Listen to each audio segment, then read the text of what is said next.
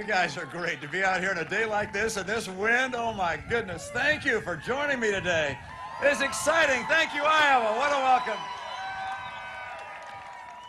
And thank you to Congressman Latham and Congressman King and also to Senator Grassley. What great leaders you have here in this state. What great men. And I know there's a lot of attention being paid to the campaign these days, and there's a good reason for that. I mean, when you have so many people having tough times, incomes are down, as you know, by about $4,300 a family across America. About 23 million Americans still looking for a good job. You've got college graduates this year, came out last spring, who are still looking for work. About half the college graduates that came out couldn't find a job or a college-level job. Food stamps. When the president took office, 32 million people on food stamps. Now there are 47 million people on food stamps. I mean, these are tough times with real serious issues. So you have to scratch your head when the president spends the last week talking about saving Big Bird.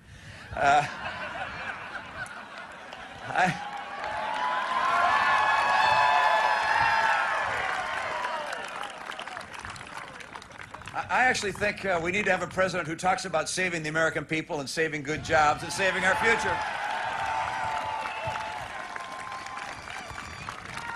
And also saving the family farm. I come to this place recognizing that, gee, not every John Deere harvester has an R in it like that, but I appreciate that. I come today to talk a bit about what's happening in the agriculture community and what things we can do to do a better job, because this is another place where the president and I have very different points of view about what we do to make a difference for farming and for the rural communities and for Iowa overall, for our whole nation. One relates to taxation, by the way. The president has this idea that he wants to raise the tax rate from 35% to 40%. And that won't be good for farms. My own view is I want to take that tax rate down. I want to take it from 35% to 28% and help American farmers and small business. And you know he has a plan for the death tax. He's planning on raising the death tax pretty significantly. My own view is we ought to kill the death tax. You paid for that farm once, you shouldn't have to pay for it again. Now and then, a farmer is successful enough to save a little money. And when you do save your money, the president has this idea of raising your taxes a lot on your savings, your interest, and dividends, and capital gains, if you're lucky enough to have them. My view is that if you're making $200,000 a year and less, you should pay no tax whatsoever on interest, dividends, or capital gains. Now, the president and I have different records when it comes, and viewpoints when it comes to exports. You recognize that about 1 million jobs in this country are associated with agricultural exports.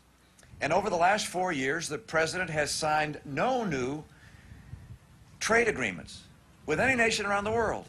Even as China and European nations have put together some 44 different agreements, he's done none.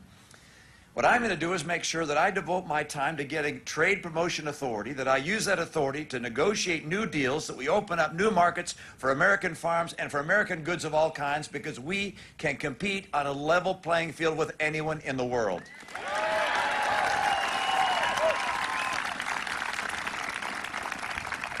Now, there are differences on regulations, by the way, and you know this.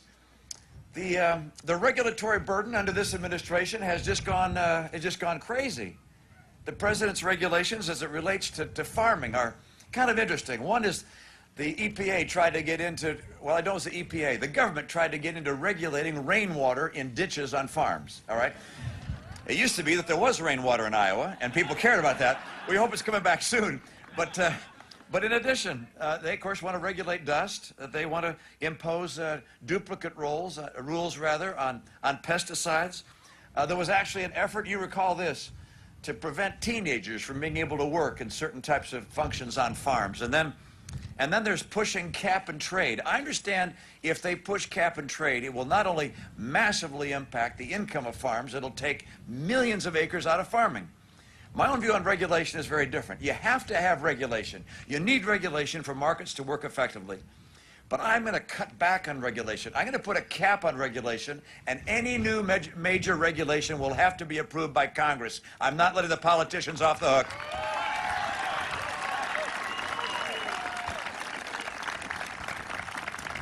Now, energy has a big impact on the farm as well. About 20% of the cost on a farm is associated with energy, not just fuel, but also fertilizer, which is, of course, energy-based.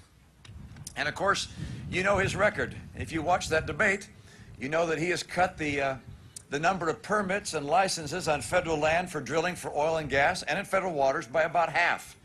My view is I will double those permits. I'll make sure we get the energy that we need, and I'll build that pipeline from Canada as well.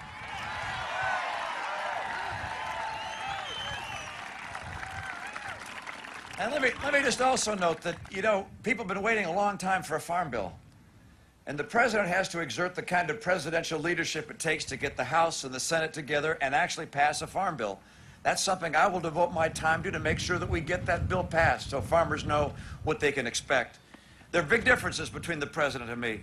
He has no plan for rural America, no plan for agriculture, no plan for getting people back to work. And I do. You know, I've spoken about it all over the country.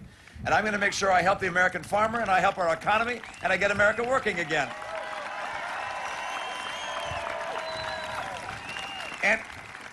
And I'm confident it's going to work.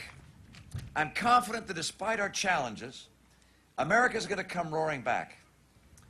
I've had the occasion over my life to see some of the great qualities of the human spirit. I've seen them manifest in young people and older people and Americans of all backgrounds and ethnicities and ages. I was serving as a pastor in my church, something we do part-time in my church, and I had the occasion to make friends with a family from a town a couple of doors away. The Oporowski family. He's a firefighter in Medford, Massachusetts. His wife, a homemaker. They have a couple of boys. They informed me after a number of visits I've made to their home that their 14-year-old son had been diagnosed with leukemia. And as time went on, it became very clear that there was not going to be a cure. And so I met with David. Became his friend. On one occasion, I said, "What if you could have anything you wanted, what would you like to have?" He said, "Fireworks." So I went up to New Hampshire, where they're legal, and got a big box of fireworks. And then I sat down with him one day in his bedroom. He was laying on the bed there, and he said, "What comes next? What comes next?" And I explained to him what I believe about what comes next after this life. And then later, as he was in the hospital, he contacted me and said, "Now, you went to law school." Yes, I did. I don't practice the law. I'm not licensed to practice in Massachusetts. I hope this won't get me in trouble. But he said, "Mitt, would you come to the hospital and write my will for me?" And so I said, "Of course." And I got one of those big legal pads and went to his hospital room, and he laid out what he wanted to do. He said, "My fishing pole goes to this guy, and my skateboard goes to that guy, and my rifle's going to my brother." And through all of this, what astonished me was to watch a man of his young age with such calm and serious and sober sentiment. He wasn't despondent. He wasn't depressed. He was looking forward to life hereafter. And I thought, as I saw some years later, a phrase that seemed to capture my memory of David Oporowski: "Clear eyes, full heart, can't lose."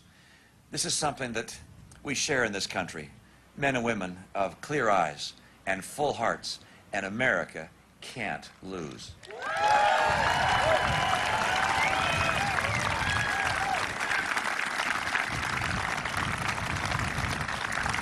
I learned recently about another fellow that I met that I might mention to you.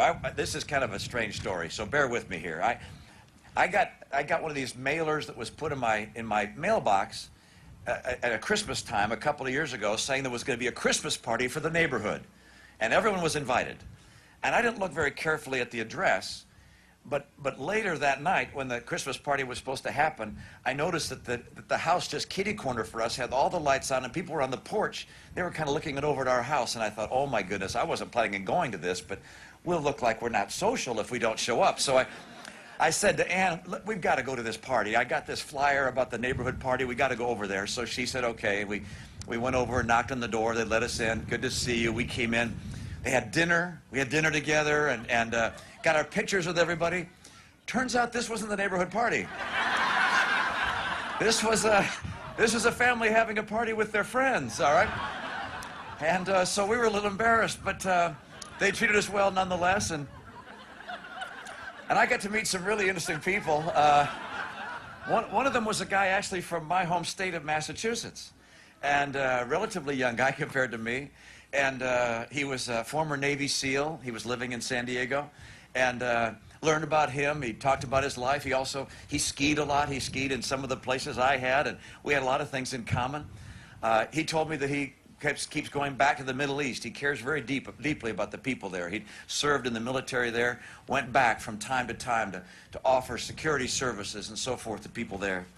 You can imagine how I felt when I found out that he was one of the 2 former Navy SEALs killed in Benghazi on September 11th. And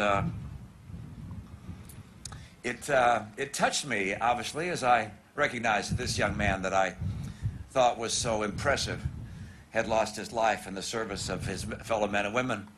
He, according to the reports on CNN International that I read, he was actually in a different building, in an annex, a safe place somewhere else across town, when he and his colleagues there heard that the consulate was under attack.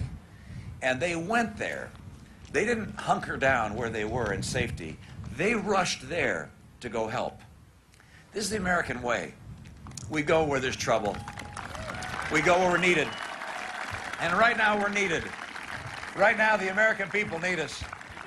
This is a critical time for us. And I commit this to you. When I become president,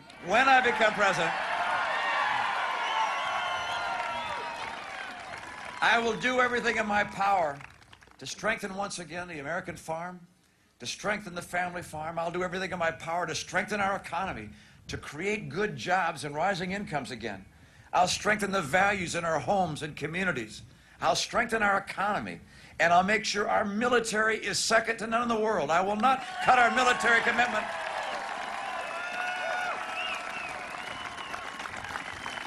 And I know people ask you to do a lot of things. We come here in politics, you get so used to politicians, I don't know how you deal with this, but everything from the straw poll and the caucuses and the primaries and now the general election, but I want to ask you for a commitment, and that is for you to find at least one person who voted for Barack Obama last time and convince him to come join our team. Maybe find more than one. I need your help to do that.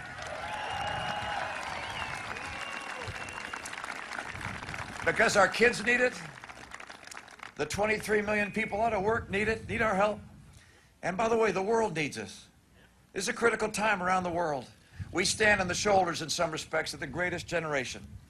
I was at a celebration, a Memorial Day, in San Diego, and a number of veterans there. We had 4 from the Second World War on the stand. One of them, a veteran who was on the USS Tennessee, and he was the lookout on the USS Tennessee on the day of Pearl Harbor.